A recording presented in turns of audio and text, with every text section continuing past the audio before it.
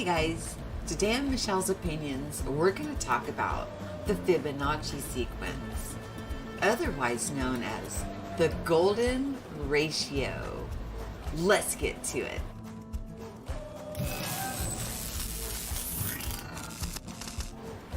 First one we're going to get into is the Fibonacci Sequence. Let me get out of the way so we can talk about this a little more thoroughly, so we can get an understanding. Okay, now we can see it much better, so let's get into this. The Fibonacci sequence is a series of numbers where a number is found by adding up the two numbers before it, starting with 0 and 1, and then the sequence goes 0, 1, 1, 2, 3, 5, 8, 13, 21, 34, and so forth. Written as a rule, the expression is x to the nth equals x to the nth minus 1 plus x to the nth minus 2. Yeah.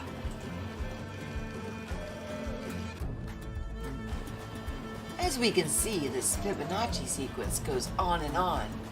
Named after Fibonacci, also known as Leonardo of Pisa, Fibonacci numbers were first introduced in 1202. Fibonacci traveled widely and traded extensively. Math was incredibly important to those in the trading industry, with his passion for numbers was cultivated in his youth. So there's a little history on where this Fibonacci sequence came about. Okay, I've moved myself aside so you guys can see this beautiful Fibonacci array behind me. Fibonacci numbers do actually appear in nature, from the sunflowers to the hurricanes to galaxies. Sunflower seeds, for example, are arranged in a Fibonacci spiral, keeping the seeds uniformly distributed no matter how large the seed head may be.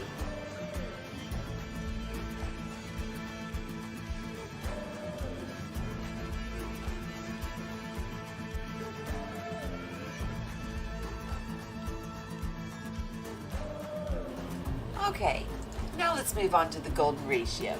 The golden ratio is denoted by the Greek letter pi.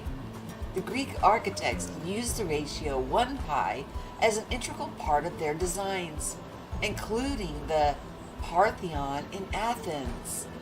Though it was not consciously used by the Greeks or artists, the golden rectangle does appear in the Mona Lisa and other Renaissance artwork. Pi is also the ratio of the side of a regular pentagon to the diagonal. The resulting pentagram forms a star, which is the star seen on many flags.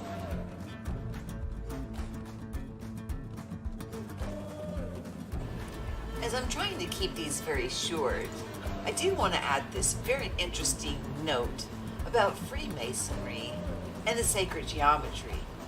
Following the collapse of the Roman Empire, architects versed in geometry grouped together into guilds, thus forming the roots of Freemasonry. The tradition of building sacred/holy structures with amplified sacred geometry was continued into the Middle Ages, used by the Templars, who envisioned their churches as microcosms of the world. This idea was soon adopted by the Christian church, who began to employ sacred dimensions to their religious buildings. These traditions were carried in from the Freemasonry until, as Pennick quotes, the lodges of Freemasonry closed down one by one. The last one to go was the Premier Lodge of Europe.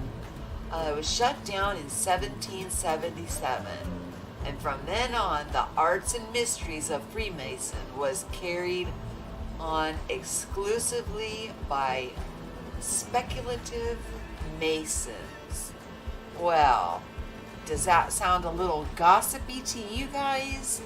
I think they're still alive and going strong, but that's what you get on Michelle's opinions. So as we've seen here, the Fibonacci sequence and the golden ratio, you see it in just about everything in nature.